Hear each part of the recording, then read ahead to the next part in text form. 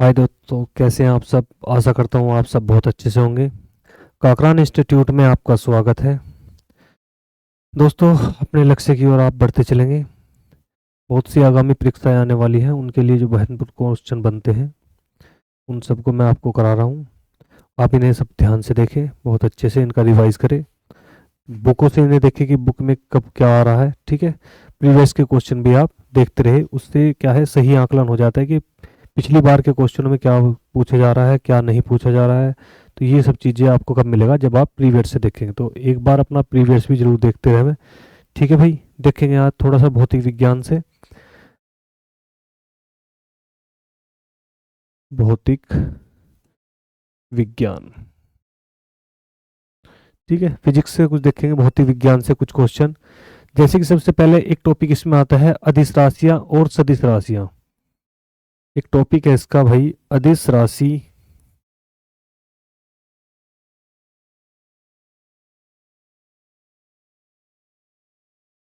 अदिश राशियां, और एक होता है सदिश राशियां।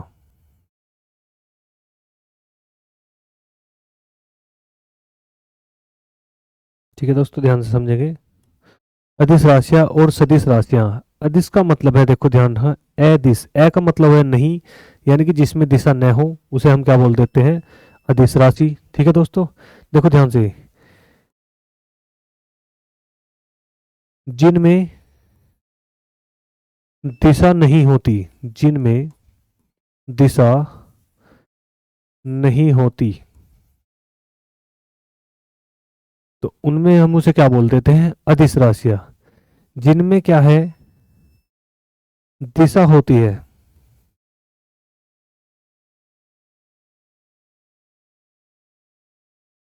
दिशा पाई जाती है या दिशा होती है, उन्हें हम क्या बोलते हैं, सदिश राशि। यानी कि इसमें क्या करेंगे, बल पे काम करेंगे। बल में क्या है कि बल लगा रहे हैं, यदि हम किसी दिशा में लगा रहे हैं तो वो कैसी राशि होती है, सदिश राशि होती है। बल वेग जो भी हम काम कर रहे हैं, अगर किसी दिशा में कर रहे हैं तो वो कैसे हो रहा है, सदिश है। यदि उसमें कोई दिशा नहीं है तो वह कैसा काम हो, कार्य हो गया, अदिश हो गया। बात समझिए दोस्तों।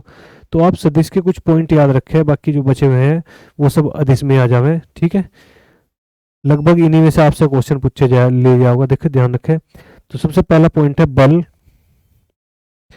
फिर है वेग, फिर त्वरण, फिर है विस्थापन।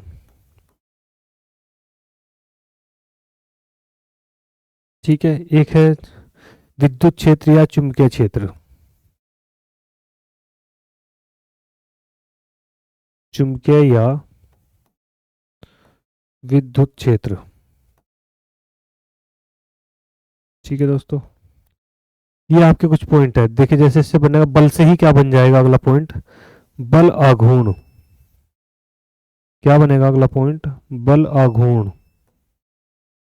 ऐसे वेग से दो पॉइंट बन जाएंगे आपके, आवेग, और इससे बन जाओ क्या तुम्हारा, संवेग। दो पॉइंट ही बन गए, आवेग और संवेग। ये सब की सब क्या है, कैसी राशियां हैं, सदिश राशियां हैं। इसके बाद जितनी बची वो सब क्या बच रही है तुम्हारे इधर के ओर, अदिश राशियां। ठीक है, ध्यान रहा है। ठीक है, जैसे पूछो तुमसे जा सकता है कि दूरी कैसी है ना, ऐसे क्वेश्चन कुछ ही बचेगा, दूरी है। ठीक है, और भी बहुत चीज है, चाल है, दूरी, चाल। ठीक है, ये सब चीजें क्या है, तो इन सब चीजों को क्या बोल लेंगे हम, अदिश राशियां बोल लेंगे। बाकी जो तुम्हारी ऐसी बची हुई है इत्यादि है ना, इन सब को हम क्या बोल देते हैं भाई, अदिश राशियां। बाकी आप सदिश राशि राशि याद रखें बहुत अच्छे से, बल वेग त्वरण विस्थापन। ठीक है, उस विस्थापन से ही ध्यान रखना, यहाँ जब बल से क्या बना है, बलागुण, वेग से क्या बन जाएगा, आवेग और संवेग। ठीक है, त्वरण और विस्थापन, ये सब चीजें क्या है, बल क्या है। देखो बल मैं आपको बता रहा, बल क्या है, किसी भी जगह पर लगने वाला बल। मैं कहूँ कि जैसे ये एक पेन है, ये मेरे हाथ पे रखा हुआ है पेन, यदि ये ऐसे है तो ये क्या है, विराम अवस्था में रहेगा।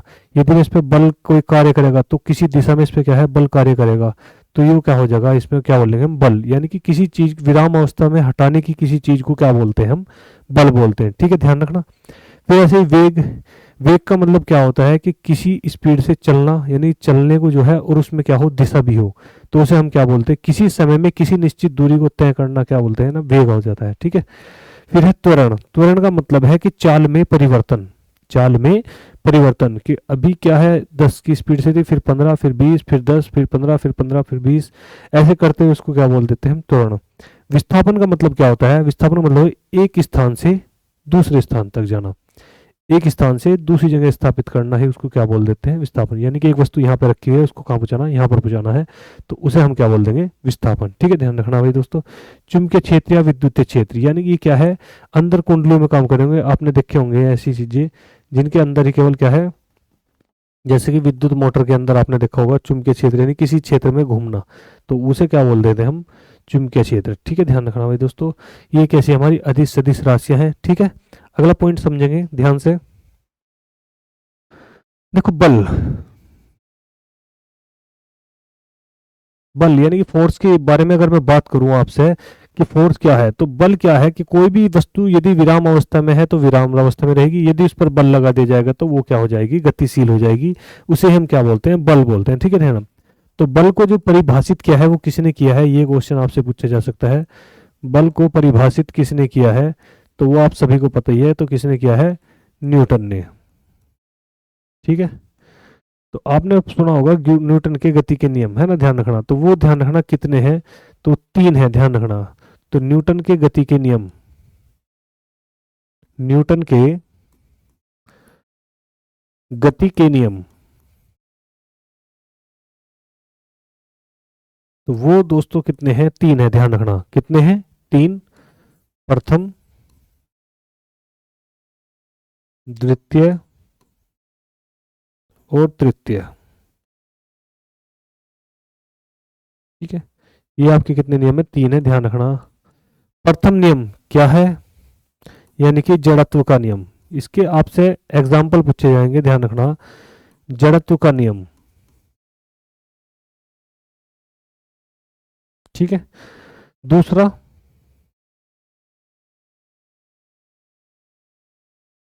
एफ बराबर एम में। ठीक है। तीसरा है क्रिया प्रतिक्रिया,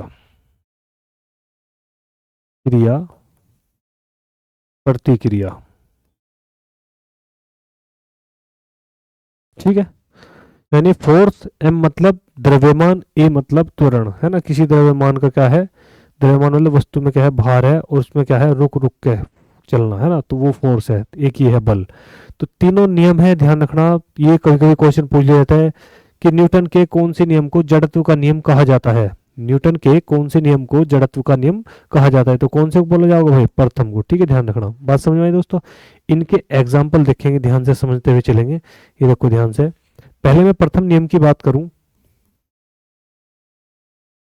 प्रथम नियम, ठीक है। प्रथम नियम का कहना यही है कि यदि कोई वस्तु विराम अवस्था में है तो विराम में रहेगी, और यदि वह गतिशील, यदि उस पर बल लगा दिया है तो वह क्या है, गतिमान हो जाएगी। ये इसका क्या है, प्रथम नियम है। इसका एग्जाम्पल कैसे है, एग्जाम्पल के तौर पे समझेंगे। देखो एग्जाम्पल मैं आपको बता रहा हूँ। तो इसमें क्या है, एक क्वेश्चन हमें है कि गिलास पर रखे, एक पानी के गिलास पर क्या है, पेपर रखा है, और उस पर क्या है, एक सिक्का रखा हुआ है। ये मैं एक बना रहा हूँ आपको वैसे ही दिखाने के लिए। ये क्या है हमारा, एक गिलास है, और इस गिलास पर क्या है, कोई पेपर रखा हुआ है ऐसा करके। ठीक है, और उसके अंदर क्या है, जल भरा हुआ है भाई, और इस पेपर पर क्या रखा हुआ है, एक सिक्का रखा हुआ है, छोटा सा है ना। तो इसे क्या करा जा रहा है, पेपर को स्पीड के साथ में इधर की ओर खींचा जा रहा। तो जैसे ही इसको इधर खींच दिया जाओगे तो सिक्का क्या है, अंदर गिर जाएगा। इसका मतलब क्या है कि पेपर में तो क्या हो गया था, बल का कार्य हो गया था। ये तो बल, ये इस पे तो क्या होगी थी, गति होगी थी इसके अंदर, तो क्योंकि इस पर क्या लगाया गया था, बल लगाया गया था, फोर्स लगाया गया था। और सिक्के पर क्या है, जड़त्व का नियम कार्य कर रहा था, यानी कि वो क्या है, पूरी तरह से क्या है, रुका हुआ था अपनी जगह, उस पर बल नहीं लगाया, तो वो क्या है, ऐसे नीचे की ओर गिर गया। ठीक है, ध्यान रखना। एक क्वेश्चन तो, एक तो एग्जाम्पल ये है। ठीक है,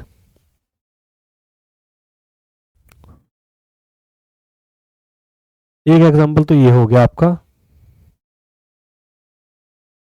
कि यदि किसी पानी से भरे, यदि किसी पानी से भरे गिलास पर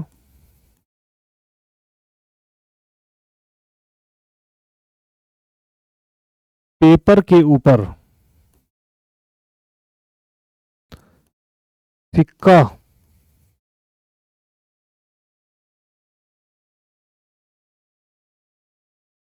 रख दिया जाए और पेपर को तेजी से खींचने पर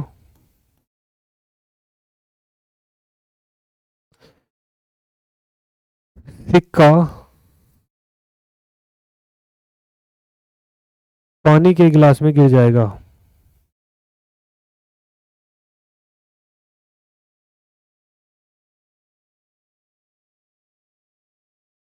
ये सीधी सिंपल बात है भाई। बात समझ में आ गई दोस्तों? बात क्या है, इन्होंने कहा यदि किसी पानी के गिलास पर क्या है, कोई पेपर रखा है, उसके ऊपर आपने सिक्का रख दिया और जैसे ही उसको सिक्के को, जिसे पेपर को पकड़ आपने तेजी से खींचा तो क्या हो गया, सिक्का उसके अंदर गिर गया है। नहीं तो उसका मतलब कहने का यह है कि जब पेपर ऐसा आया तो सिक्का भी उस पर ऐसे ही आना चाहिए, लेकिन नहीं, सिक्का पर अलग फोर्स कार्य कर रहा था और किस पर, पेपर पर अलग कर रहा था। इसका कहने का मतलब ये हुआ कि सिक्का अपने क्या है स्थिर था और पेपर क्या है गतिमान था, तो वो क्या है नीचे गिर गया। एक पॉइंट तो ये है। अगला पॉइंट समझेंगे। एक सेकंड पॉइंट में ये आ रहा है कि गाड़ी में बैठा यात्री, ऐसा क्वेश्चन पूछा जाता है, गाड़ी में बैठा यात्री, गाड़ी में बैठा यात्री गाड़ी के चलने पर, गाड़ी के चलने पर पीछे की ओर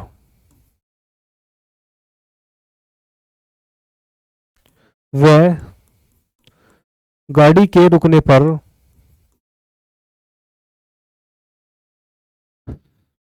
आगे की ओर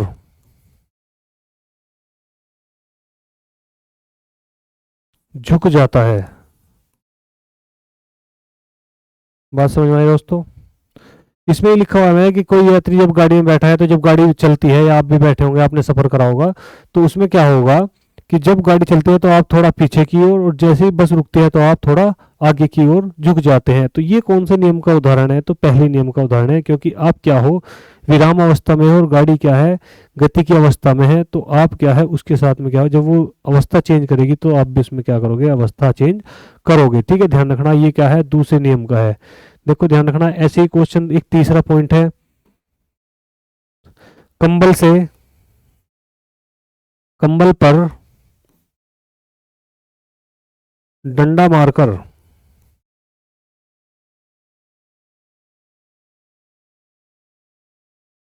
धूल का निकालना।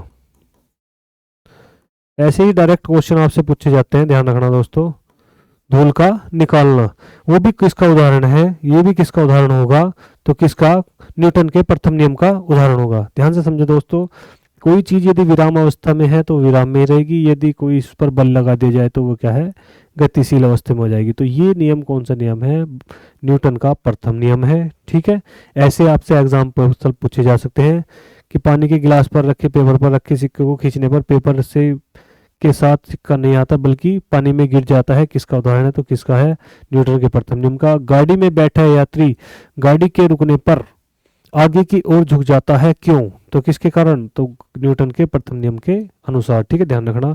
ऐसे ही आपसे तीसरा क्वेश्चन ये करके पूछा जा सकता है कि कंबल पर डंडा मारकर धूलकण को निकाला जाता है, यह किस नियम को फॉलो करता है, तो कौन से करेगा भाई, ये न्यूटन के प्रथम नियम को फॉलो करेगा। ठीक है, ध्यान रखना। देखो ध्यान से दोस्तों, अगला तो देखो, अब देखो द्वितीय नियम है ना, सेकंड नियम,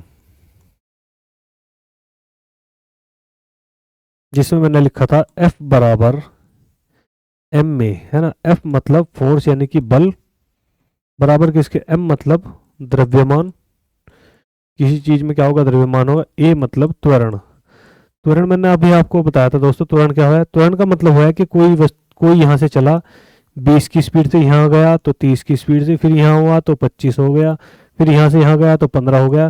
तो यानी कि चाल में क्या हो रहा है, परिवर्तन। तो चाल में परिवर्तन ही क्या कहलाता है, त्वरण।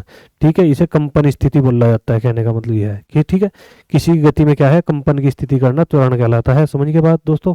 तो त्वरण का मतलब समझिए तो F बराबर m में, यानी किसी चीज द्रव्यमान वस्तु में क्या है, उसको कैसे करना, रुक रुक के रुकना। ठीक है, ध्यान रखना, इसके एग्जाम्पल बहुत ज्यादा इंपॉर्टेंट है। इसका पहला एग्जाम्पल है, चलती गाड़ी से उतरने पर, चलती गाड़ी से उतरने पर उसके साथ कुछ दूरी तक चलना, कुछ दूरी तक चलना। ऐसा तो दोस्तों आपके साथ हुआ होगा जरूर। क्या हुआ होगा कि कभी कभी क्या है, चलती गाड़ी से आपने यह देखा भी होगा, चलती गाड़ी से यदि कोई व्यक्ति क्या है उतर जाता है और उसके हैंडल को छोड़ देता है डायरेक्ट, तो वो क्या होगा, तुमने देखा होगा कि वो गिर जाता है ना।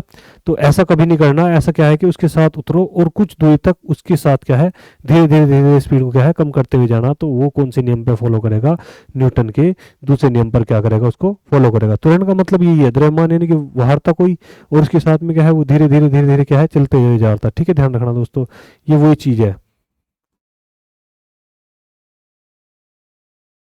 ठीक है, द्रव्यमान। यहां से देखो दूसरा पॉइंट इसका क्या है, ये तो फेवरेट है आपका, है ना। क्रिकेट खिलाड़ी द्वारा, क्रिकेट खिलाड़ी द्वारा कैच का पकड़ना,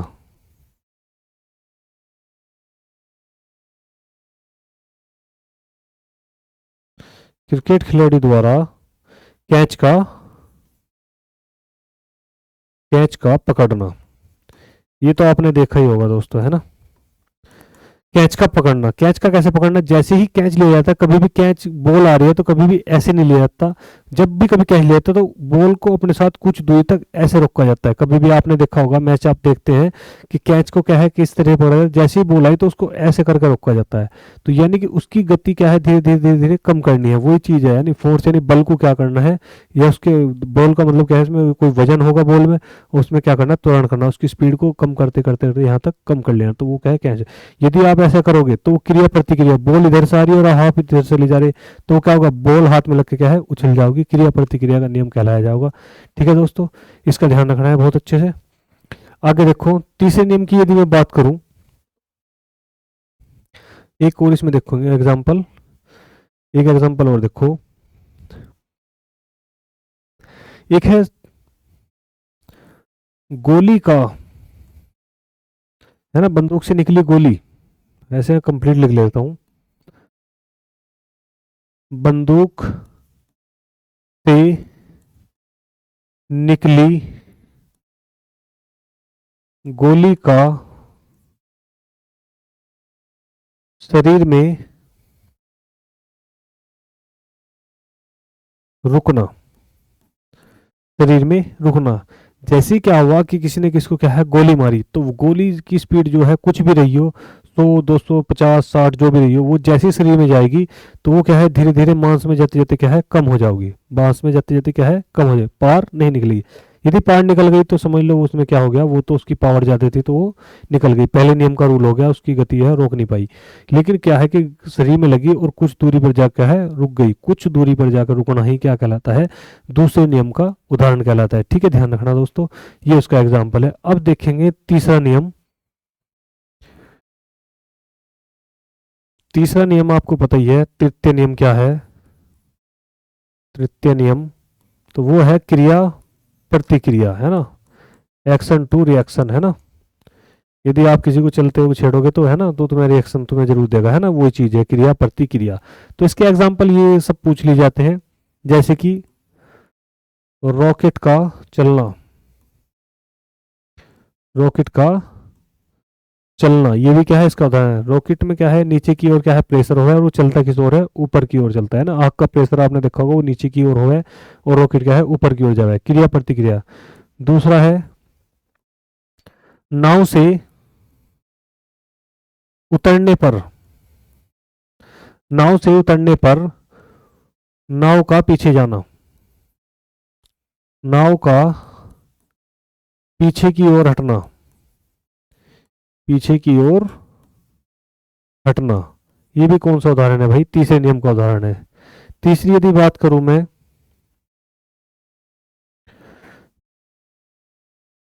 बंदूक से गोली चलाने पर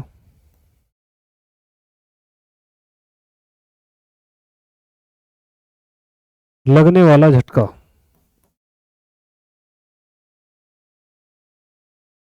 वो भी किसका उदाहरण है भाई? क्रिया प्रतिक्रिया का क्या है?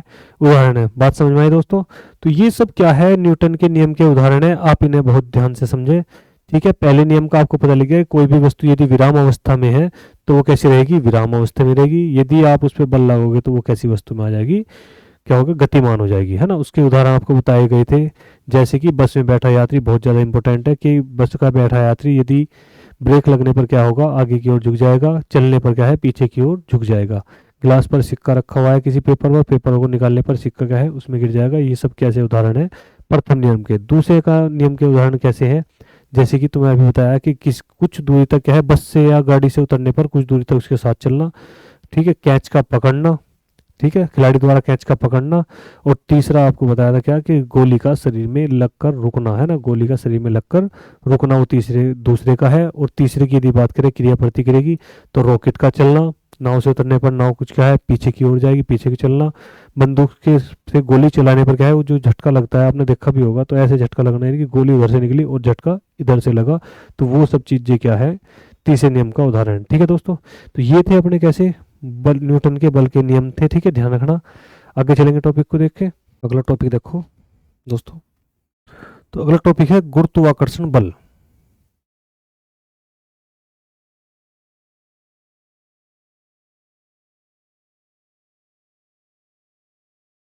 गुरुत्वाकर्षण बल, जिसे हम किससे प्रदर्शित करते हैं? जी से। ठीक है दोस्तों, किससे प्रदर्शित करते हैं? जी से क्या है? प्रदर्शित करते हैं गुरुत्वाकर्षण बल को। ठीक है, ये क्वेश्चन पूछ लिए जाते हैं। देखो, मैं एक छोटी सी चीज एक लाइन में आपको समझा रहा कि ये क्या है? अपनी पृथ्वी है। ये क्या है? अपनी पृथ्वी है। सही नहीं बनी भाई।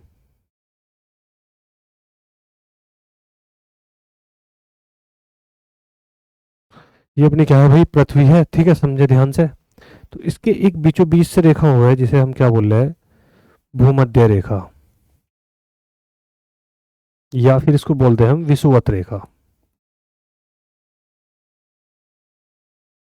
भूमध्य रेखा या विषुवत रेखा। यदि यहाँ जाओगे इस ओर, इस साइड जावे या इस साइड जावे, तो इसे बोला जावे उत्तरी ध्रुव। और इसको क्या बोला जाएगा भाई दोस्तों? दक्षिणी ध्रुव। ठीक है, इसको क्या बोला जाएगा? दक्षिणी ध्रुव। ये उत्तरी ध्रुव, ये दक्षिण ध्रुव। ये तो जी की बात करेंगे, यहाँ पे गुरुत्वाकर्षण की बात कर रहे हैं हम। तो गुरुत्वाकर्षण क्या है? यो क्या है? एक पृथ्वी का अपना क्या है? तल है। ठीक है, तो गुरुत्वाकर्षण की यदि बात करें तो ऐसा बताया जाए कि गुरुत्वाकर्षण विषुवत रेखा से ऊपर जाने पर या फिर नीचे जाने पर हमेशा जी का जो मान है, जी का जो मान है वो क्या होगा? हमेशा क्या होगा? कम होगा। ध्यान रखना भाई दोस्तों, विषुवत रेखा या भूमध्य रेखा से ऊपर या नीचे की ओर जाने पर गुरुत्वाकर्षण का मान कितना होता है? तो जी का मान क्या हमेशा कम होगा। यदि मैं जी के मान की बात करूं कि जी का मान है कितना, तो जो जी का मान है वो कितना है? तो वो है दोस्तों 9.8 मीटर प्रति सेकंड स्क्वायर। ये आपसे पूछा जा सकता है। तो जी का मान कितना हुआ? 9.8 मीटर प्रति सेकंड स्क्वायर में होता है। ठीक है, ध्यान रखना दोस्तों। और यदि यहाँ की बात करूं, मैं यहाँ जी की बात करूं, तो ध्यान रखना जी जो है यहाँ पर क्या है? सबसे अधिक होता है, सबसे अधिक होता है। ध्यान रखना, बात समझ आई? सबसे अधिक। और जी का मान सबसे कम कहाँ पर होता है? तो सबसे कम जो होता है वो कहाँ पर होता है? ध्यान रखना, इसे हम क्या बोलते हैं? न्यूनतम। तो वो कहाँ पर पाया जाएगा? ध्यान रखना दोस्तों, विषुवत रेखा पर। बात समझ में दोस्तों? तो ये पूछा है कि जी का मान अधिकतम कहाँ पर पाया जाता है? तो अधिकतम पाया जाता है ध्रुव पर। जी का मान न्यूनतम कहाँ पाया जाता है? तो कहाँ पर? विषुवत रेखा पर। ठीक है, ध्रुवों की ओर जाने पर जी का मान क्या होगा? बढ़ेगा। ठीक है, ध्यान रखना। और ये पूछा जाए कि जी का मान विषुवत रेखा से या पृथ्वी तल से नीचे या ऊपर की ओर जाने पर जी का मान क्या होगा, हमेशा कम होगा पृथ्वी तल से। ठीक है, ध्यान रखना इसको, बात को समझे।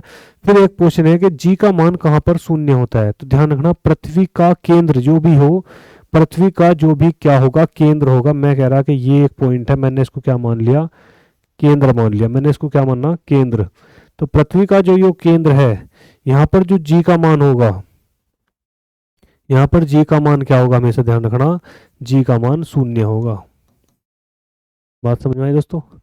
तो पृथ्वी के केंद्र पर जी का मान कैसा होता है, तो शून्य होता है। जी का मान अधिकतम कहां पर होता है, तो कहां पर होगा, ध्रुव पर होगा।